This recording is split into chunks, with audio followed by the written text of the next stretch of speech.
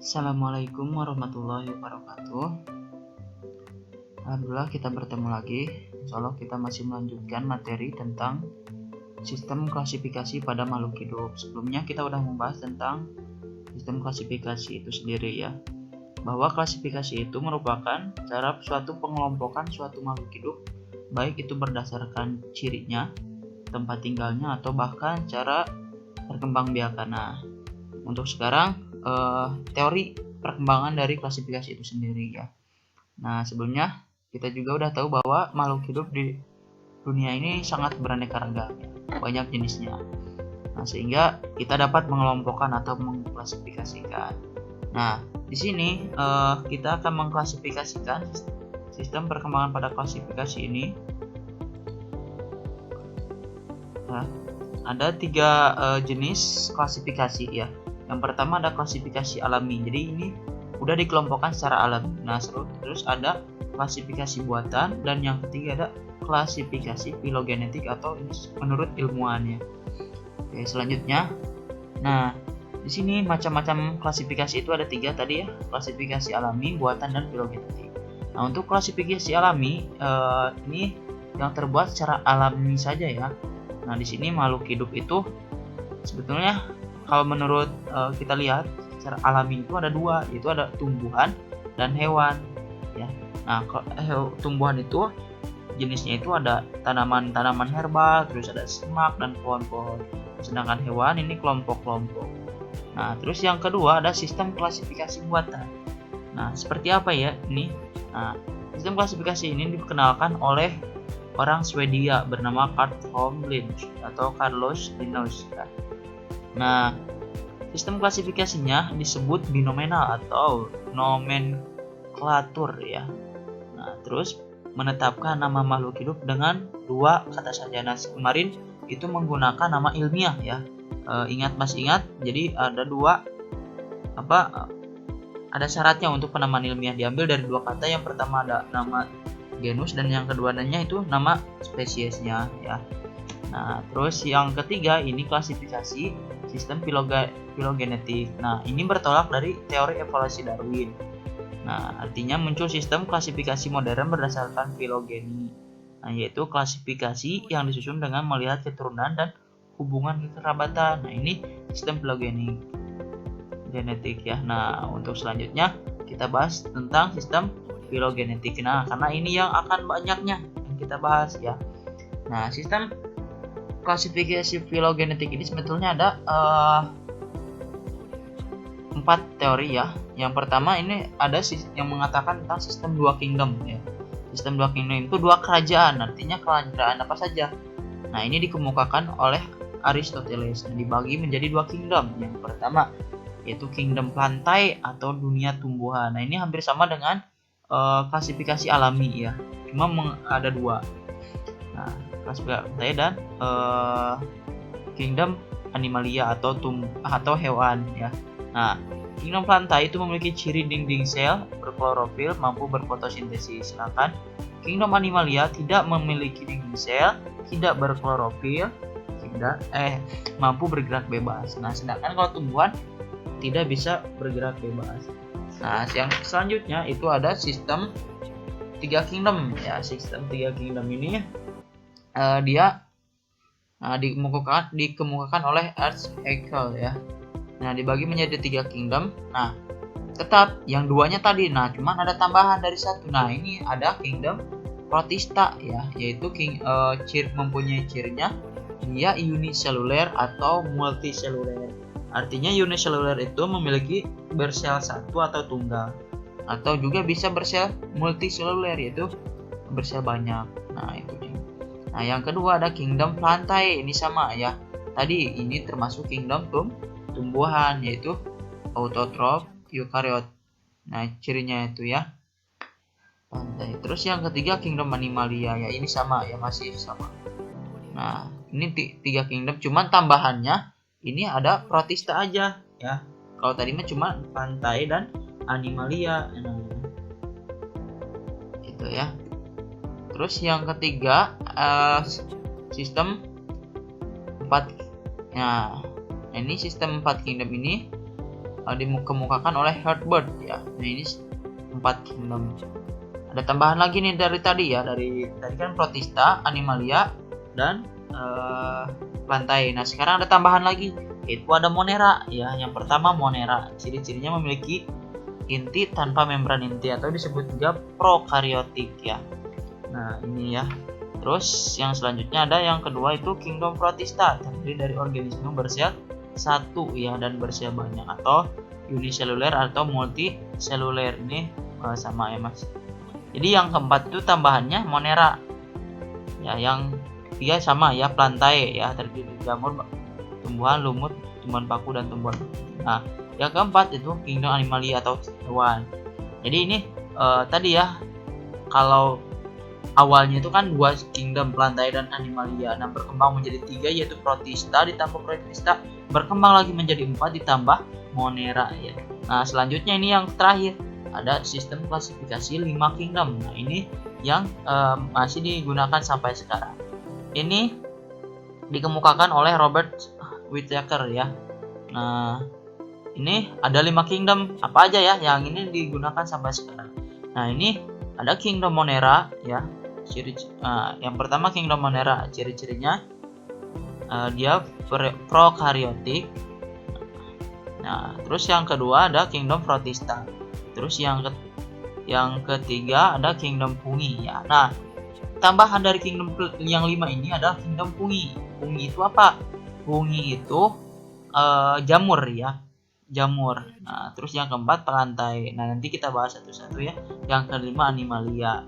Nah jadi setiap tahap ya, yang pertama kan 2 kingdom, sistem 2 kingdom cuma Plantae dan Animalia ya. Plantae dan Animalia berkembang menjadi 3 ditambah apa? Protista. Nah jadi 3 bertambah lagi jadi 4 ya, ditambah Monera, dan ya ditambah lagi menjadi 5 ditambah Fungi. Nah ini maka sempurnalah sistem 5 kingdom ini yang dikemukakan oleh Robert Whittaker ya. Nah oke, nah sekarang kita akan bahas satu-satu ya dari sistem 5 kingdom itu. Nah, makanya disebut dengan sistem 5 kingdom: Monera, Protista, Fungi, Plantae, dan Animalia. Ya, kurang lebih seperti ini. Oke, ya.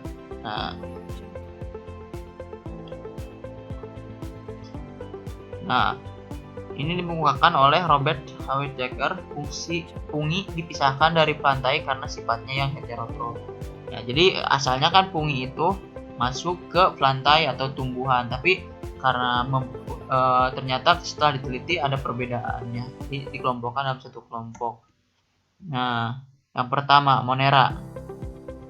Nah Monera ini adalah makhluk hidup yang bersel satu atau uniseluler. Nah yang belum terdiferensiasi menjadi jaringan. Jadi ini satu aja, jadi dia sebagai sel, dia juga sebagai tubuh ya, jadi hanya satu ya.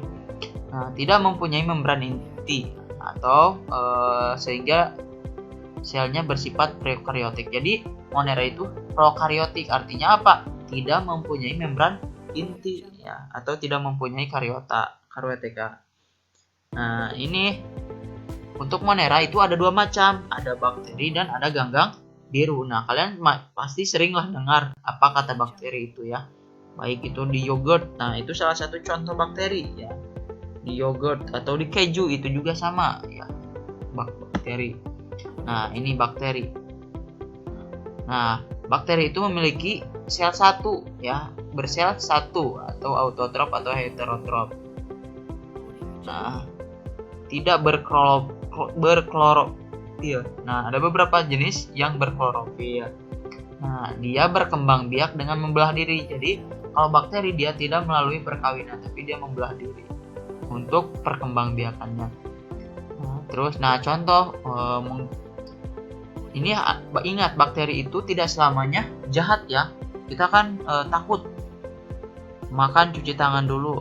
Karena apa? Takut ada bakteri. Ya emang bakteri itu ada yang merugikan, tapi juga selain itu ada yang menguntungkan. Nah, contoh yang menguntungkan di sini adalah Lactobacillus bulgarius. Ini yang digunakan untuk membuat yogurt ya.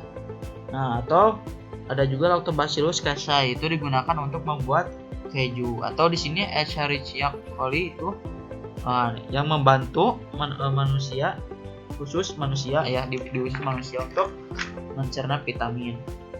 Nah, terus yang contoh yang merugikan. Nah, ini ya. Ini biasanya menyebabkan penyakit ya. Ini ada Clostridium tetani, yaitu untuk yang dapat menyebabkan penyakit tetanus. Ada Bacillus tuberculosis, atau menyebabkan penyakit TBC, atau ada juga Salmonella typhosa ya, yang menyebabkan penyakit tifus. Nah, itu ya, masih ada lagi cirinya, contohnya. Nah, bentuk bakterinya seperti ini ya. Jadi ada yang spiral, ini spiral itu kayak per ya. Nah, terus ada juga yang batang ya. Nah, ini batang, satu batang. Nah, terus ada juga yang bulat-bulat. Nah, ini bentuk bakteri, macam-macam ya, beda-beda. Nah, tergantung jenis dan fungsinya. Nah, yang selanjutnya, yang kedua daripada Monera ini adalah ganggang hijau atau hijau biru ya. Nah, atau Cyanophyta. Nah, ini dia tergolong ke uniseluler. Ada yang uniseluler, ada yang multiseluler. Artinya memiliki pigmen phycocyanin dan klorofil. Nah, ini hampir sama dengan tumbuhan ya. Nah, berkembang biak dengan membelah diri, sama cara berkembang biakannya dengan membelah diri. Nah, habitatnya biasanya di tanah, batu, air tawar, dan laut. Nah, tapi umumnya hidup di perairan dan merupakan fitoplankton yang menjadi makanan bagi ikan dan udang. Jadi untuk ganggang biru ini biasanya kebanyakan ya di perairan karena sebagai bahan makanan bagi ikan dan udang. Nah, ini manfaatnya ya, manfaatnya contoh ini Anabaena azolae, yaitu untuk apa, memikat nitrogen ya. Ganggang biru yang dapat mengikat nitrogen. Nah, terus ada spirulina ya, food supplement atau protein, artinya untuk dijadikan suplemen makanan protein tinggi. Nah, itu untuk ganggang biru. Nah, contohnya seperti ini, ganggang hijau biru dan spirulina. Ya, kalau ingat, kalau mau lihat sambil lihat di buku, silakan lihat halaman 63 sampai halaman nanti 67 68 ya. Oke, nah itu untuk Monera ya. Jadi Monera itu ada dua, apa saja tadi? Bakteri dan ganggang biru. Nah, sekarang yang kedua adalah protista. Nah, protista, apa aja protista nih ciri-cirinya? Nah, protista itu makhluk hidup yang bersel satu atau uniseluler, atau ada juga yang bersel banyak. Nah, bedanya apa? Kalau tadi Monera itu kebanyakannya sel satu, tapi kalau di protista ini yang bersel banyak juga atau multiseluler juga banyak ya, yang belum terdiferensiasi menjadi jaringan. Ya kan, ingat kumpulan dari sel nanti akan membentuk jaringan, tapi di sini belum terdefinisi menjadi jaringan. Contohnya ini ya.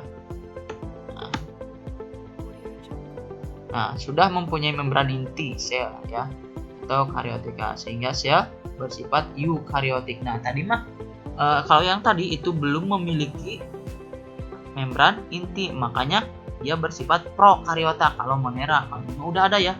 Nah, ini inti selnya. Nah, udah ada inti sel eukariotik ya, ini sebutnya eukariotik. Nah, contohnya ada protozoa, alga atau ganggang hijau, atau dan protista mirip jamur. Ya, oke, ini ada 3 macam ya, ada 3 macam. Kalau tadi ada 2 macam, ini ada 3 macam. Oke, kita lihat satu-satu. Protozoa itu apa ya? Nah, protozoa yang pertama adalah protista yang mirip hewan ya. Jadi protozoa itu adalah protista yang mirip hewan. Ciri-cirinya yang pertama heterotrof. Heterotrof itu adalah tidak bisa membuat makanan sendiri, atau dia makanannya tergantung kepada makhluk hidup lainnya. Nah, terus yang kedua dapat bergerak aktif ya. Uniseluler artinya dia hanya memiliki satu sel. Terus contohnya ya protozoa, paramecium. Nah, ini ya, berdasarkan geraknya protozoa itu dibedakan menjadi 4 ya. Yang pertama ada Rhizopoda, yaitu berkaki semu. Artinya dia bergerak dengan menggunakan kaki semu. Nah, contohnya amuba, Proteus. Terus ada Flagellata ya. Flagellata itu berbulu cambuk ya. Jadi dia bergeraknya dengan bulu cambuk. Nah, bergerak dengan bulu cambuk, contohnya flagella atau Eugela di sini ya. Terus yang ketiga itu Ciliata atau berbulu getar. Nah, bergerak dengan bulu getar atau cilia ini contohnya Paramecium sp. Nah, terus yang keempat itu yang terakhir itu Sporozoa, yaitu hewan yang berspora.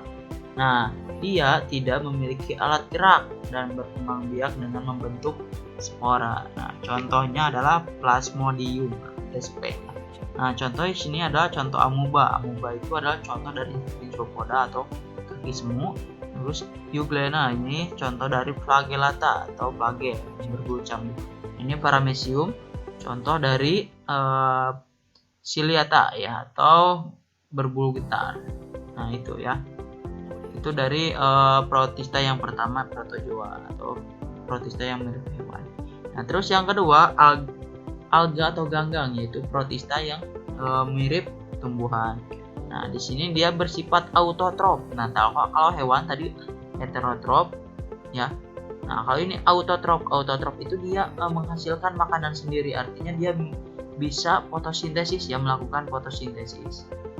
Nah, terus dia bersifat uniseluler atau multiseluler.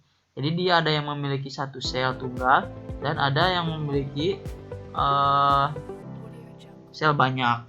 Nah, terus yang ketiga mengandung banyak tipe pigmen ya. Terus yang selanjutnya contohnya itu Euglena di air tawar dan mempunyai flagella. Nah, di sini berdasarkan pigmen yang dikandungnya, alga dibedakan menjadi 4 golongan. Nah, ini berdasarkan pigmen yang dikandungnya. Ada alga hijau, alga merah, alga pirang, dan alga persik. Nah, alga hijau atau Chlorophyllaceae memiliki pigmen hijau atau klorofil. Multiseluler berbentuk benang atau lembar. Nah, ini ya. Terus yang kedua alga merah atau Rhodophyllaceae yang memiliki pigmen merah atau picoerythin ya. Nah, biasanya dia hidupnya di mana? Di laut ya. Hidup di laut. Nah, itu yang bahan untuk membuat agar-agar. Nah, terus yang ketiga alga pirang atau berwarna coklat kehijauan atau pigmen fukosantin ya. Banyak mengandung asam alginat untuk bahan industri atau tekstil ya. Untuk industri tekstil dan obat-obatan. Nah, terus yang terakhir ada alga persik, yaitu berwarna keemasan. Nah, pigmennya gimana ya? Nah, biasanya ini berada di dasar laut membentuk lapisan tanah. Nah, disebut tanah diatom yang berguna untuk bahan isolasi atau alat gosok dan bahan dinamit. Nah, terus, nah ini contohnya ya, ada Euglena pulva. Nah, ini dari alga ya, alga atau ganggang hijau. Nah, terus yang ketiga itu ada protista mirip jamur atau seperti jamur. Nah, bisa dilihat di gambarnya. Dia bersifat eukariota, terus heterotrof, artinya tidak bisa menghasilkan makanan sendiri. Terus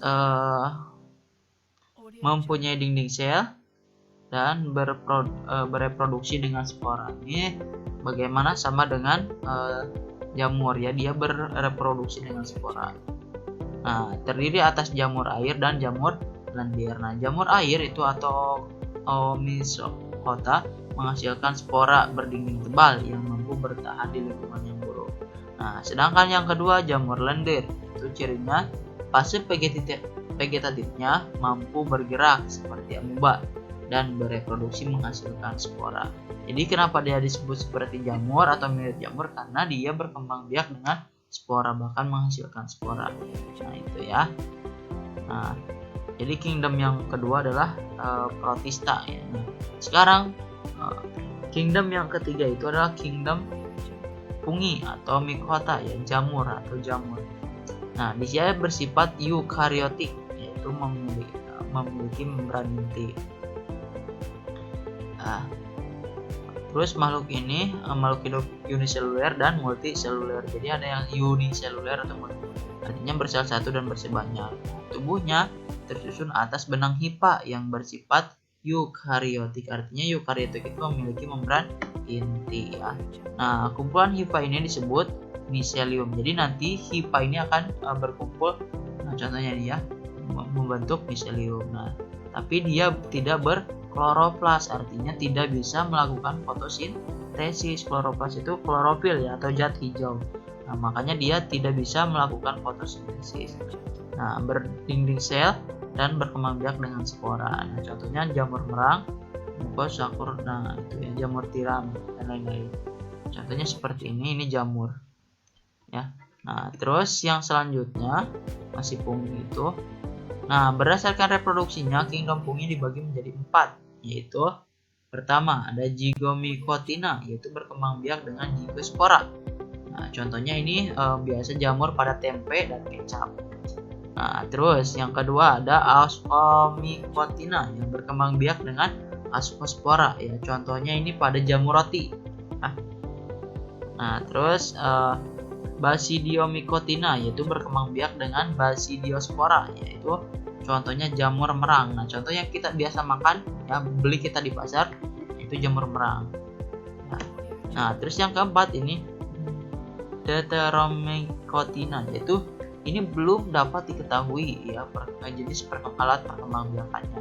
Nah, ini contohnya jamur yang pada kulit kita ya. Jamur pada kulit yaitu contoh panu. Nah,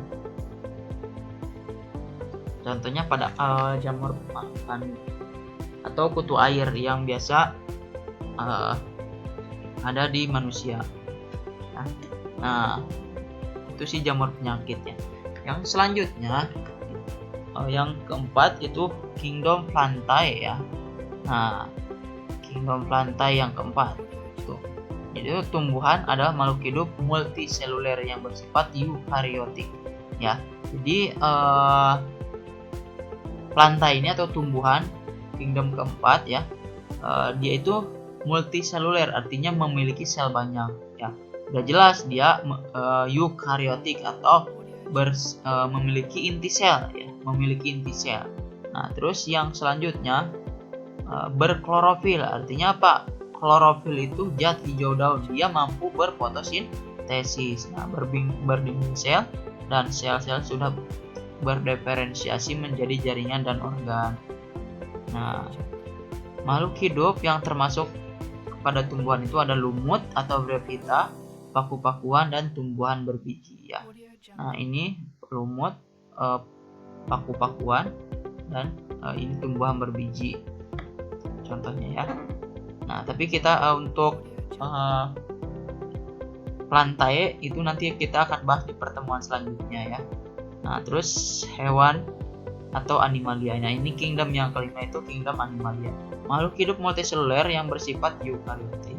Artinya apa?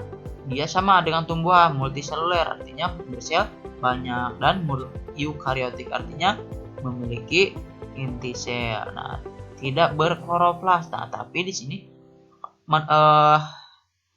animal itu atau hewan itu tidak berkloroplas, artinya tidak melakukan fotosintesis ya. Nah, terus tidak berdinding sel dan sel-selnya telah berdiferensiasi membentuk jaringan, organ, dan sistem organ ya. Jadi ini tersusun dari sel, jaringan, organ. Jadi ini udah komplit ya. Nah, umumnya dapat bergerak bebas. Jadi makhluk hewan ini, baik contohnya manusia ini termasuk ke animalia. Nah, makanya dapat bergerak bebas. Hewannya intinya. Terus contohnya makhluk hidup yang termasuk hewan adalah invertebrata, vertebrata, dan manusia. Nah, invertebrata ini yang memiliki tidak memiliki tulang belakang, dan vertebrata itu memiliki tulang belakang ya. Nah, nanti ini juga kita akan bahas di pertemuan selanjutnya, yaitu dengan plantae ya. Nah, itu saja. Oh iya, ini perbedaan dari karakteristik 5 kingdom ini ya. kingdom: Monera, Protista, fungi, dan plantae, animalia. Nah, dari tipe sel kita lihat ya, Monera itu udah jelas prokariotik, artinya apa? Tidak memiliki membran inti. Jadi dia Monera itu satu-satunya kingdom yang tidak memiliki membran inti. Nah, yang selanjutnya dia eukariota. Dari Protista, fungi, plantae, dan animalia dia eukariotik atau mempunyai membran inti. Nah, terus membran nukleus ya. Nah, sama Monera tidak ada, tapi yang lainnya ada. Nah, mitokondria ya. Nah, mitokondria itu sama ya. Ini Monera tidak ada. Protista itu terbagi dua, ada yang mempunyai, ada yang tidak. Nah, kalau fungi, plantae, dan animalia itu mempunyai. Kloroplas ya. Kloroplas itu tadi zat hijau daun ya. Kalau Monera menyesuaikan tadi ya, karena ada bakteri, ada juga alga biru. Nah, menyesuaikan. Kalau alga biru dia ada kloroplas. Nah, kalau Protista ini sama Protista juga sebetulnya menyesuaikan ya, karena tadi ada yang mirip hewan, ada yang mirip nyamuk, dan ada yang mirip fungi atau jamur. Nah, terus kalau fungi ini tidak ada ya, tidak memiliki kloroplas atau zat hijau daun, jadi tidak melakukan fotosintesis. Nah, plantae atau tumbuhan jelas ada ya, karena dia yang melakukan fotosintesis. Animalia atau hewan tidak bisa ya, hewan itu tidak bisa melakukan fotosintesis, berarti dia tidak memiliki kloroplas. Nah, dinding sel ini Monera itu non selulosa, Protista itu memiliki ya, fungi itu dinding selnya kitin dan non selulosa, plantae itu selulosa dan polisakarida. Nah, animalia itu tidak ada. Nah, itu perbedaan dari kelima karakteristik pada kingdom Monera, Protista, fungi, dan plantae, dan animalia. Oke, itu ya. Oke, masih ingat apa aja tadi 5 kingdom itu? Monera, Protista, fungi, plantae, dan animalia. Oke, bagus ya. Itu saja untuk pertemuan pertama, untuk pertemuan sekarang. Nah, untuk plantae dan animalia nanti kita akan bahas di pertemuan selanjutnya. Oke, terima kasih. Semoga bermanfaat. Assalamualaikum warahmatullahi wabarakatuh.